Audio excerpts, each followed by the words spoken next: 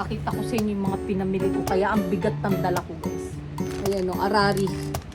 Arari parang yung seafood na ano yun. Snack ng Japanese, guys, na with ano siya, may peanut siya. Kulay sa buhok, guys. Binibili ko talaga pang kulay sa buhok nyo dun sa Japanese. Ano siya, ay hindi choco. Ano siya, biscuit siya, milk. Snack na paborito ng asawa ko. Paborito na to, mixed snack to, guys. Itong paborito kong chocolate sa Japan, almond. Yung total ng binili ko na ano 112. Ay, Titus, alam mo ba, tatay ka na. Nagulat daw yung anak ko. So ako din nagulat ako nung binalita niya, nandoon nga siya sa clinic nga. Makita nyo, ganyan. Yan ang anak niya. Nakikita nyo?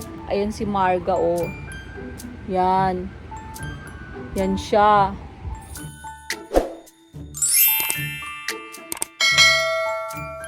Pakita ko sa inyo yung mga pinamili ko. Kaya ang bigat ng dala ko, guys. Alam niyo ito, dati kinakain ko sa Japan to. Ayan, cheese ang flavor niya. Ayan, arari. Arari parang yung seafood na ano yun. Yung sa kanila, yung kulay dilaw yung ano. Yung parang egg ba ganun.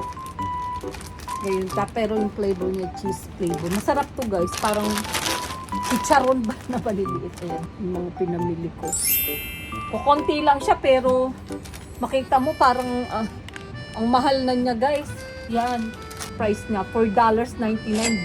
See, ano siya kasi plus tax to, guys. Kasi pag bumibili ka sa mga ganun, may tax. Unlike dun sa may komisari, wala siyang tax. Gaan sa mga grocery sa labas, may tax. Yan, $4 na to, guys. $4.99 is almost $5, guys. See? Yung ganyan. Tapos eto, bumila ako ng pangkulay sa buhok, guys. Binibili ko talaga pangkulay sa buhok dun sa Japanese.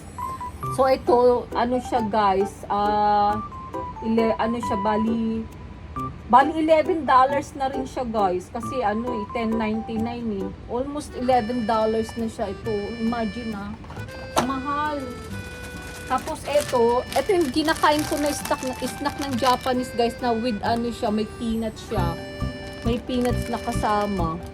Almost $3 na rin kasi ano siya, $2.49. Mahal, no? $2.49, almost ano na siya. Tapos ito yung binili ko, guys, to na Lux na ano, na shampoo. Pang treatment daw siya sa buhok. May kasama na siyang ano, treatment, shining and treatment ano sa hair, parang mask. Itong maliit, yung maliit niya.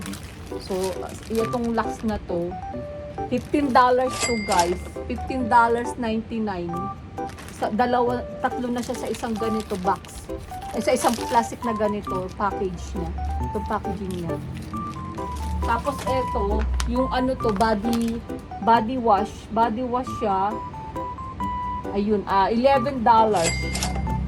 $11 to, guys. Ito, mahal. Himawari. Ito yung ginagamit kong shampoo, guys, at saka conditioner. Himawari. $10.99. $10.99 ang isang ganito. Sinasaling ko lang siya. Itong ano na. Eto, bumila ako ng ano, yung parang choco siya, guys. Ano siya, ay hindi choco, ano siya. Biscuit siya, milk, tapos yung paligid niya parang may milk. Wow. Ayan, oh. Bumila ako pambaon ko, baon-baon minsan kasi pagka nagtatrabaho ko, hindi ako nakakakain, guys. Yun. $4.99, almost $5, guys, ito. Tapos, etong snack na paborito ng asawa ko. Paborito na to, mixed snack to, guys. Wow. Ano, ang presyo niya, ang presyo nito is $3.79. Almost $4 na rin. Dalawa binili ko. Paborito niya to, binabaon niya minsan. Tapos, itong paborito kong chocolate sa Japan, almond. Yung etong almond na to, $3.99. Almost $4 na siya. Yan lahat, yung total ng binili ko na ano 112 kasi nga sabi ko sa inyo, guys, sa ano sa supermarket pagka nag-out ka, 'di ba? Uso na ngayon self-checkout. Pag magse-self-checkout ka, even sa counter, pagka mag-aano ka sa counter na magbabayad ka na, meron doon na ano, maipipress ka doon kung gusto mo ng cashback. Cashback ang tawag nila doon. Ipipress mo 'yon. So, kung ano yung gusto mo, parang alam mo, gusto mo ng cash. Tapos ang binayad mo, ano mo, yung card mo, yung debit card mo, gusto mo mag-withdraw, ay para hindi ka na lumabas para mag-withdraw, ang alam ko may maximum na ano doon $50 yata o $40. So kanina nag-ano ako ng cash withdraw na $20. So may change na nakalagay dito change.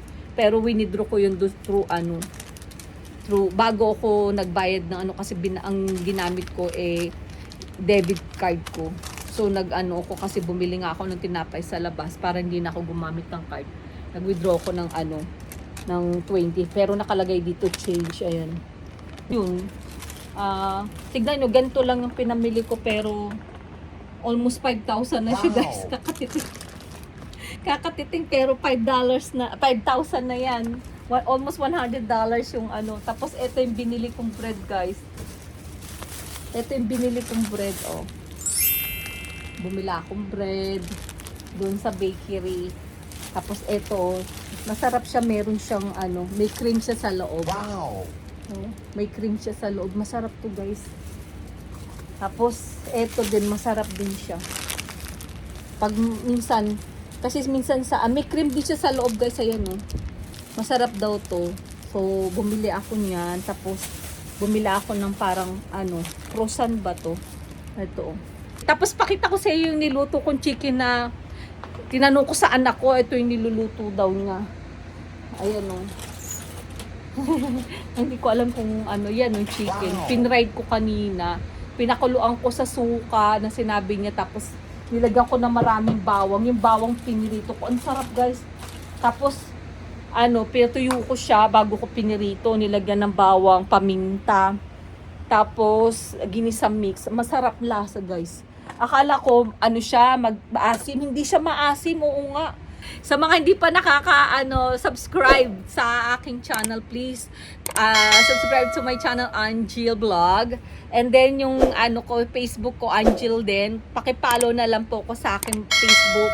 And then ayun, guys, maraming salamat. Sana madagdagan pa yung mga subscribers ko para ko naman yun, ma-achieve ko na yung talagang nila kung kung yung ko para sumahod na ako, guys, dagdag din yun kasi alam nyo ba, guys, meron kaming i-share ko sa inyo na rin nung nakaraang gabi, kahapon ba yun, I think nung makalawa, naiyak ako kasi binalita sa akin ng anak ko kasi may schedule si Titus at saka si Sophie ng hindi ko alam kung yung deworm nilang dalawa schedule nila. So pumuntaan ako doon din nila, tapos dapat pagugupitan si schedule din ni Sophie ng groom niya. Nagulat lang yung anak ko, tinanong siya nung doktor nga, yung doc nila na actually yun din yung nagpaanak kay Sophie. Tapos kasi I think a month ago, mga 2 months ago, sinabi nila na may aso sila, si Marga. So ko dito yung yung link, yung picture, papaano ko sa anak ko. Tinanong yung anak ko, sabi niya gano'n, si Titus ba yan? Sabi niya gano'n. Oo, Dok, yan yung pinakapon ko na kasi si Titus. Natanggalan na siya ng isang egg. Pinatanggal ko na kasi nga tumatanda na siya para din sa kanya, para tumagal pa yung buhay niya. So napakapon na, pero awa ng Diyos, guys, naiyak talaga ako. Na-surprise ako talagang. Yung sobra-sobra, kala mo talagang yung feeling ko talagang nanggaling sa akin si Titus. Alam mo yun, kasi talagang gusto ko makita ng lahi niya, makita ko pa yung lahi niya ba. Di tinanong nga siya ni Doc, sabi niya gano'n, ayun ba si Titus? Sabi niya, oo Doc, eto nga yun, yung kinapon mo, si Titus yan. Ay Titus, alam mo ba, tatay ka na, nagulat daw yung anak ko. So ako din nagulat ako nung binalita niya, nandun nga siya sa clinic nga. Tapos yun nga, habang kinukwento niya, naiiyak na ako. Hindi nga, kasi nga inano siya ni Doc, si Titus yung kay Marga, ayaw nga nila ng iba. So alam naman nila kasi na si Titus alaga talaga, galing pa rito sa US, galing dito sa Hawaii, na inuwi ko sa Pilipinas. So talagang alam nilang alaga si Titus. So yun, si Titus yung pinaiwan nila yata ng nag-overnight doon si Titus sa clinic. Hindi namin alam na kasi ang sabi nila walang nangyari kay Marga tsaka kay Titus. So, akala namin ganun yung pala, may camera sila, nakita nila may nangyari sa kanila. Tapos, a month ago, siguro mga 2 months ago na nakalipas, yun nga, bumalik si ate doon. Pero hindi pa binalita ni Doc na man lang tinext siya, parang sinurprise na talaga. Nagkaroon ng anak silang dalawa ni Marga, 5 guys. 5 yung anak nila. Talagang nakakaano. Ay, pakita ko sa inyo Yun guys, pakita ko sa inyo ang anak ni Titus. Makita nyo, ganyan. Yan ang anak niya. Nakikita nyo? Tapos yung nanay niyan, ayan si Marga, Yan. Yan siya. Yung siya, maliit siya, mapandak siya na aso, tapos yung buntot niya, parang maliit lang, maiksi lang. Tapos ang cute niya maglakad, maliit siya, pandak siya, tapos yung katawan niya parang Babsy. Yan. Yan ang ni Titus. Kaya excited ako makita kung anong itsura pag lumaki yung mga anak nila. Yung Diyos ko, at least kahit pa paano, 'di ba, na yung bago na si Titus, nakapun siya, nagkaroon pa pala na nakapag siya ng lahi niya. So bibigyan kami ni Doc ng ng isa. Sabi niya, nilaan niya sa amin yung isa. 5 naging anak ni Marga. So yun guys, sabi ni Doc, baka makuha namin after 3 months kasi inaalagaan pa nila.